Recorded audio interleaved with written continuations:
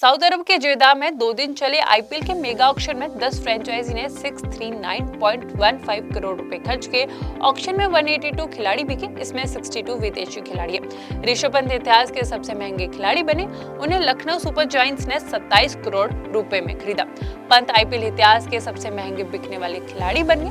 लेकिन क्या आप जानते हैं कि पंत को आईपीएल सैलरी के रूप में पूरे 27 करोड़ रुपए नहीं मिलेंगे। उनकी सैलरी का बड़ा हिस्सा टैक्स के रूप में काट लिया जाएगा। तो आइए जानते हैं कि टैक्स कटने के बाद ऋषभ पंत को 27 करोड़ रुपए में से कितने रुपए सैलरी के रूप में मिलेंगे। जब खिलाड़ी की नीलामी होती है तो उनकी नीलामी राशि से टीडीएस के रूप में काटा जाता है। भारत सरकार भारतीय खिलाड़ी को सैलरी पर 10% टैक्स लगाती है। ये टैक्स आईपीएल फ्रेंचाइजी खिलाड़ी को पेमेंट करने से पहले टैक्स डिडक्टेड एट सोर्स यानी टीडीएस के रूप में काटती है।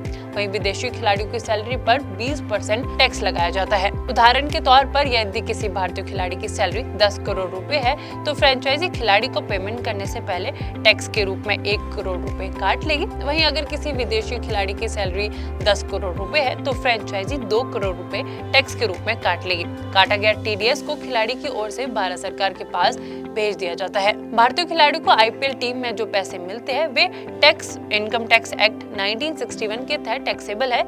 इस राशि को अन्य सोर्स से आय माना जाता है। रिपोर्ट के मुताबिक पंत को टैक्स के रूप में 2 करोड़ रुपए सरकार को देने पड़ेंगे, जिसके बाद 27 करोड़ रुपए में से शायद उन्हें 25 करोड़ रुपए ही आईपीएल सैलरी के रूप में मिले। अगर कोई भी खिलाड़ी आईपीएल से पहले चोटिल हो जाता है तो टीम किसी दूसरे खिलाड़ी को रिप्लेसमेंट के तौर पर शामिल करती है। वहीं अगर कोई भारतीय खिलाड़ी खेलते समय चोटिल हो जाता है तो उसे उसकी पूरी सैलरी मिलेगी, क्योंकि बीसीसीआई भारतीय खिलाड़ी का बीमा करवाती है। चलिए अब थोड़ी सी ऋषभ पंत के आईपीएल के करियर की बात करते हैं। ऋषभ पंत ने आईपीएल के करियर में 111 मुकाबले खेले। इस मैचों में 110 पारियों में उन्होंने 35.31 की औसत से 148 के स्ट्राइक रेट से 3284 रन बनाए। वहीं आपको बता दें कि ऋषभ पंत ने 2016 में आईपीएल में डेब्यू किया था। 16 से 2024 तक सिर्फ दिल्ली कैपिटल्स के साथ खेलते हुए नजर आए थे। अब ऋषभ पंत आईपीएल 2025 में लखनऊ सुपर जायंट्स के साथ खेलते हुए नजर आएंगे। वहीं दिल्ली कैपिटल्स का मुकाबला करते हुए नजर आएंगे। अब आपको क्या लगता है कि ऋषभ पंत लखनऊ सुपर जायंट्स के साथ कैसा खेलते हैं? क्या वे कप्तानी करते हैं एलएसजी की या नहीं करते हैं? आपको क्या लगता है? आपकी राय क्या है? कमेंट में हमें जरूर बताएं। इस वीडियो में इतना ही। मैं मुस्कान चौहान, मिलते हैं अगली वीडियो में। सऊदी अरब के जेदा में 2 दिन चले आईपीएल के मेगा ऑक्शन में 10 फ्रेंचाइजी ने 639.15 करोड़ रुपए खर्च किए। ऑक्शन में 182 खिलाड़ी बिके, इसमें 62 विदेशी खिलाड़ी हैं। ऋषभ पंत इतिहास के सबसे महंगे खिलाड़ी बने। उन्हें लखनऊ सुपर जायंट्स ने 27 करोड़ रुपए में खरीदा। पंत आईपीएल इतिहास के सबसे महंगे बिकने वाले खिलाड़ी बन गए। लेकिन क्या आप जानते हैं कि पंत को आईपीएल सैलरी के रूप में पूरे 27 करोड़ रुपए नहीं मिलेंगे। उनकी सैलरी का बड़ा हिस्सा टैक्स के रूप में काट लिया जाएगा। तो आइए जानते हैं कि टैक्स कटने के बाद ऋषभ पंत को 27 करोड़ रुपए में से कितने रुपए सैलरी के रूप में मिलेंगे। जब खिलाड़ी की नीलामी होती है तो उनकी नीलामी राशि से टीडीएस के रूप में काटा जाता है। भारत सरकार भारतीय खिलाड़ी को सैलरी पर 10% टैक्स लगाती है। ये टैक्स आईपीएल फ्रेंचाइजी खिलाड़ी को पेमेंट करने से पहले टैक्स डिडक्टेड एट सोर्स यानी टीडीएस के रूप में काटती है। वहीं विदेशी खिलाड़ियों की सैलरी पर 20% टैक्स लगाया जाता है। उदाहरण के तौर पर यदि किसी भारतीय खिलाड़ी की सैलरी 10 करोड़ रुपए है तो फ्रेंचाइजी खिलाड़ी को पेमेंट करने से पहले टैक्स के रूप में 1 करोड़ रुपए काट लेगी। वहीं अगर किसी विदेशी खिलाड़ी की सैलरी 10 करोड़ रुपए है तो फ्रेंचाइजी 2 करोड़ रुपए टैक्स के रूप में काट लेगी। काटा गया टीडीएस को खिलाड़ी की ओर से भारत सरकार के पास भेज दिया जाता है। भारतीय खिलाड़ी को आईपीएल टीम में जो पैसे मिलते हैं वे टैक्स इनकम टैक्स एक्ट 1961 के तहत टैक्सेबल है। इस राशि को अन्य सोर्स से आय माना जाता है। रिपोर्ट के मुताबिक पंत को टैक्स के रूप में 2 करोड़ रुपए सरकार को देने पड़ेंगे, जिसके बाद 27 करोड़ रुपए में से शायद उन्हें 25 करोड़ रुपए ही आईपीएल सैलरी के रूप में मिले। अगर कोई भी खिलाड़ी आईपीएल से पहले चोटिल हो जाता है तो टीम किसी दूसरे खिलाड़ी को रिप्लेसमेंट के तौर पर शामिल करती है। वहीं अगर कोई भारतीय खिलाड़ी खेलते समय चोटिल हो जाता है तो उसे उसकी पूरी सैलरी मिलेगी, क्योंकि बीसीसीआई भारतीय खिलाड़ी का बीमा करवाती है। चलिए अब थोड़ी सी ऋषभ पंत के आईपीएल के करियर की बात करते हैं। ऋषभ पंत ने आईपीएल के करियर में 111 मुकाबले खेले। इस मैचों में 110 पारियों में उन्होंने 35.31 की औसत से 148 के स्ट्राइक रेट से 3284 84 रन बनाए। वहीं आपको बता दें कि ऋषभ पंत ने 2016 में आईपीएल में डेब्यू किया था। 16 से 2024 तक सिर्फ दिल्ली कैपिटल्स के साथ खेलते हुए नजर आए थे। अब ऋषभ पंत आईपीएल 2025 में लखनऊ सुपर जायंट्स के साथ खेलते हुए नजर आएंगे, वहीं दिल्ली कैपिटल्स का मुकाबला करते हुए नजर आएंगे। अब आपको क्या लगता है कि ऋषभ पंत लखनऊ सुपर जायंट्स के साथ कैसा खेलते हैं? क्या वे कप्तानी करते हैं एलएसजी की या नहीं करते हैं?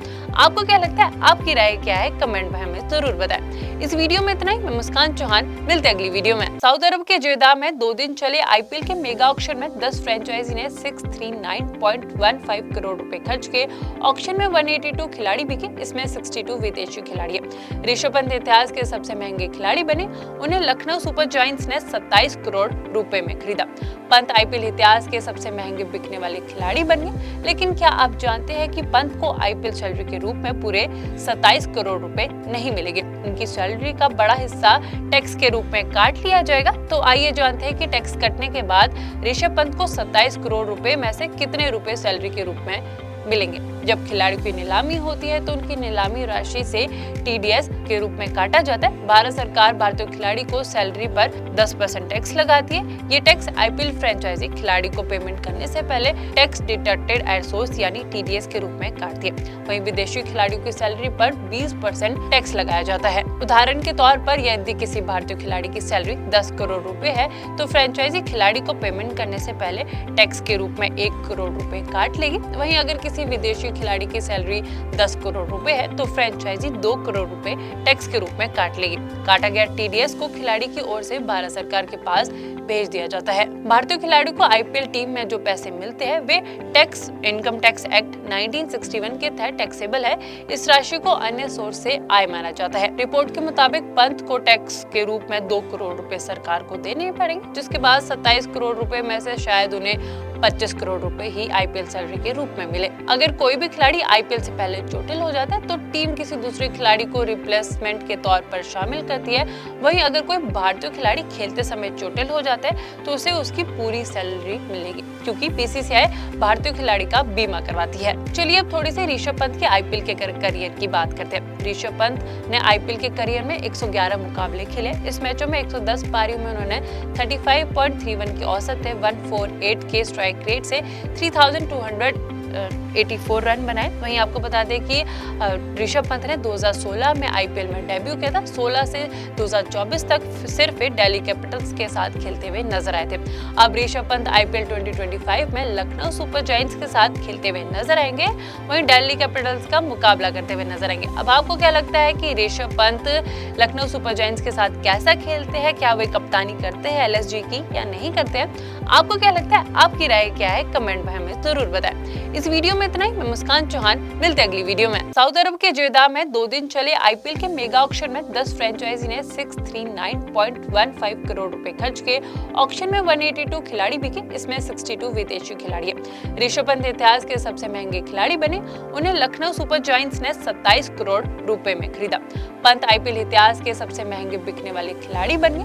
लेकिन क्या आप जानते हैं कि पंत को आईपीएल सैलरी के रूप में पूरे 27 करोड़ रुपए नहीं मिलेंगे? उनकी सैलरी का बड़ा हिस्सा टैक्स के रूप में काट लिया जाएगा। तो आइए जानते हैं कि टैक्स कटने के बाद ऋषभ पंत को 27 करोड़ रुपए में से कितने रुपए सैलरी के रूप में मिलेंगे। जब खिलाड़ी की नीलामी होती है तो उनकी नीलामी राशि से टीडीएस के रूप में काटा जाता है। भारत सरकार भारतीय खिलाड़ी को सैलरी पर 10% टैक्स लगाती है। ये टैक्स आईपीएल फ्रेंचाइजी खिलाड़ी को पेमेंट करने से पहले टैक्स डिडक्टेड एट सोर्स यानी टीडीएस के रूप में काटती है। वहीं विदेशी खिलाड़ियों की सैलरी पर 20% टैक्स लगाया जाता है। उदाहरण के तौर पर यदि किसी भारतीय खिलाड़ी की सैलरी 10 करोड़ रुपए है तो फ्रेंचाइजी खिलाड़ी को पेमेंट करने से पहले टैक्स के रूप में 1 करोड़ रुपए काट लेगी। वहीं अगर किसी विदेशी खिलाड़ी की सैलरी 10 करोड़ रुपए है तो फ्रेंचाइजी 2 करोड़ रुपए टैक्स के रूप में काट लेगी। काटा गया टीडीएस को खिलाड़ी की ओर से भारत सरकार के पास भेज दिया जाता है। भारतीय खिलाड़ियों को आईपीएल टीम में जो पैसे मिलते हैं वे टैक्स इनकम टैक्स एक्ट 1961 के तहत टैक्सेबल है। इस राशि को अन्य सोर्स से आय माना जाता है। रिपोर्ट के मुताबिक पंत को टैक्स के रूप में 2 करोड़ रुपए सरकार को देने पड़ेंगे, जिसके बाद 27 करोड़ रुपए में से शायद उन्हें 25 करोड़ रुपए ही आईपीएल सैलरी के रूप में मिले। अगर कोई भी खिलाड़ी आईपीएल से पहले चोटिल हो जाता है तो टीम किसी दूसरे खिलाड़ी को रिप्लेसमेंट के तौर पर शामिल करती है। वहीं अगर कोई भारतीय खिलाड़ी खेलते समय चोटिल हो जाता है तो उसे उसकी पूरी सैलरी मिलेगी, क्योंकि बीसीसीआई भारतीय खिलाड़ी का बीमा करवाती है। चलिए अब थोड़ी सी ऋषभ पंत के आईपीएल के करियर की बात करते हैं। ऋषभ पंत ने आईपीएल के करियर में 111 मुकाबले खेले। इस मैचों में 110 पारियों में उन्होंने 35.31 की औसत से 148 के स्ट्राइक रेट से 3284 रन बनाए। वहीं आपको बता दें कि ऋषभ पंत ने 2016 में आईपीएल में डेब्यू किया था। 16 से 2024 तक सिर्फ दिल्ली कैपिटल्स के साथ खेलते हुए नजर आए थे। अब ऋषभ पंत आईपीएल 2025 में लखनऊ सुपर जायंट्स के साथ खेलते हुए नजर आएंगे, वहीं दिल्ली कैपिटल्स का मुकाबला करते हुए नजर आएंगे। अब आपको क्या लगता है कि ऋषभ पंत लखनऊ सुपर जायंट्स के साथ कैसा खेलते हैं? क्या वे कप्तानी करते हैं एलएसजी की या नहीं करते हैं? आपको क्या लगता है? आपकी राय क्या है? कमेंट में हमें जरूर बताएं। इस वीडियो में इतना ही। मैं मुस्कान चौहान, मिलते हैं अगली वीडियो में।